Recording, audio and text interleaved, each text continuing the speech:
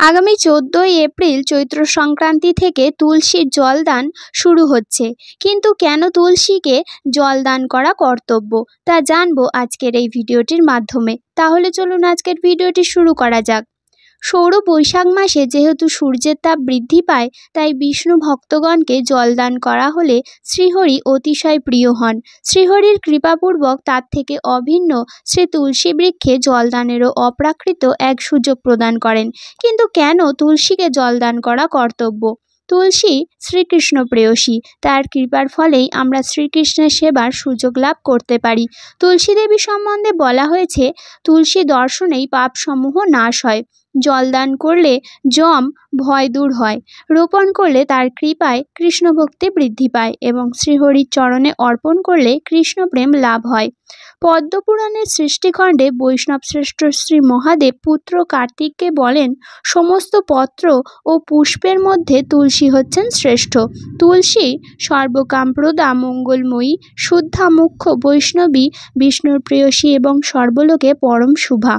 ভগবান শিব বলেন, হে কার্তিক, যে ব্যক্তি ভক্তি সহকারে প্রতিদিন তুলসী মঞ্জরি দিয়ে শ্রীহরির আরাধনা করে, এমনকি আমিও তার পূর্ণ বর্ণনা করতে অক্ষম।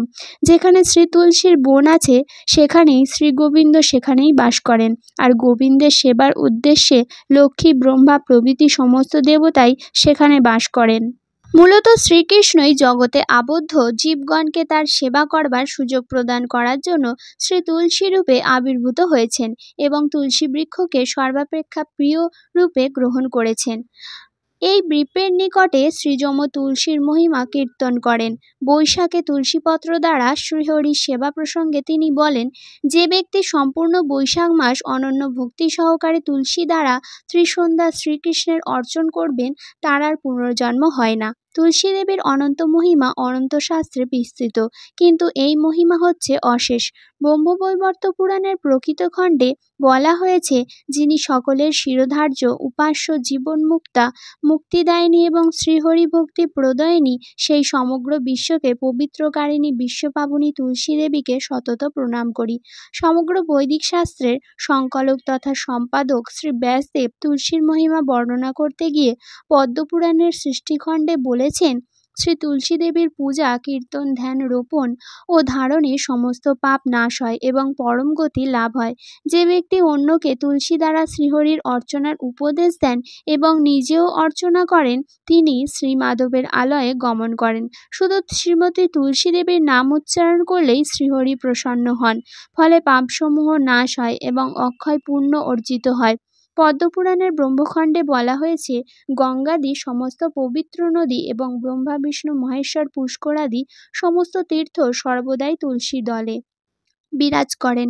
ব্রহ্মবৈবর্ত পুরাণে নির্দেশিত হয়েছে যে সমগ্র পৃথিবীতে 3.5 কোটি তীর্থ আছে। তুলসী উদ্ভিদের মূলে সমস্ত তীর্থই অবস্থান করে।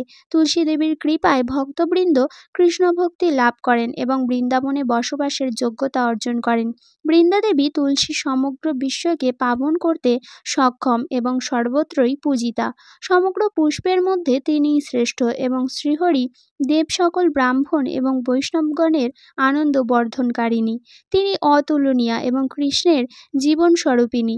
যিনি নিত্য তুলসী সেবা করেন, তিনি সমস্ত ক্লেশ হতে মুক্ত হয়ে অভীষ্ট সিদ্ধি লাভ করেন। অতএব শ্রীহরির অত্যন্ত প্রেয়সী তুলসীকে জলদান করা অবশ্যই কর্তব্য। এছাড়া এ সময় ভগবানের অভিন্ন প্রকাশ শ্রী শালগ্রাম শিলায়ও জলদানের ব্যবস্থা করা হয়। শাস্ত্রে তুলসী দেবীকে জলদান করা হলে তুলসী মূলে যে জল অবশিষ্ট থাকে তার বিশেষ মাহাত্ম্য কীর্তন করা হয়েছে।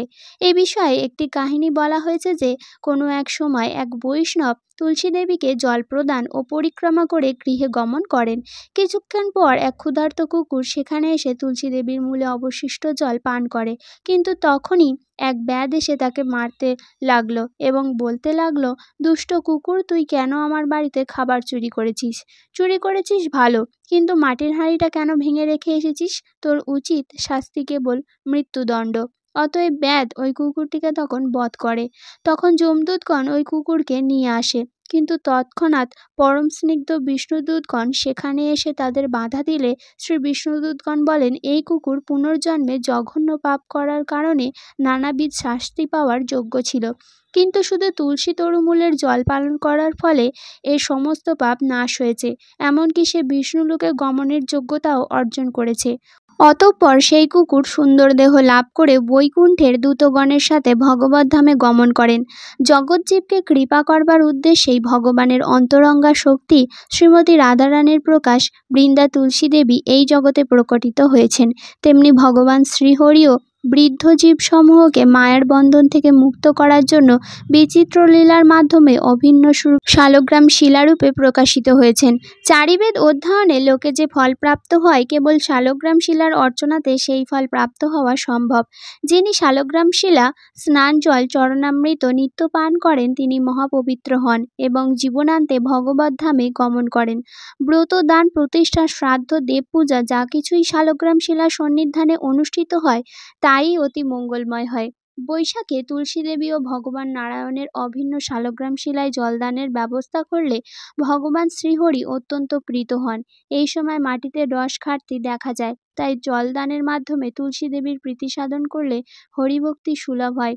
শাশ্বত শাস্ত্র গৌতমীয় তন্ত্রে উক্তে বলা হয়েছে, যে ভক্ত নিষ্ঠা সহকারে ভগবানের উদ্দেশ্যে যদি শুধু একটি তুলসী পাতা এবং এক অঞ্জলি জল নিবেদন করেন, ভক্তবৎসল ভগবান সম্পূর্ণরূপে সেই ভক্তের বশীভূত হয়ে পড়েন। তাই কৃষ্ণ ভক্তগণের উচিত এই মাসে তুলসী বৃক্ষে ও শালগ্রামে জলদানের ব্যবস্থা করা। সমগ্র বৈদিক শাস্ত্রে পুঙ্খানুপুঙ্খভাবে অধ্যয়নের ফলে চরম প্রাপ্তি যে কৃষ্ণপ্রেম, বৈশাখ মাসে শ্রী তুলসীকে জলদানের মাধ্যমে তা অতি সহজেই লাভ হয়।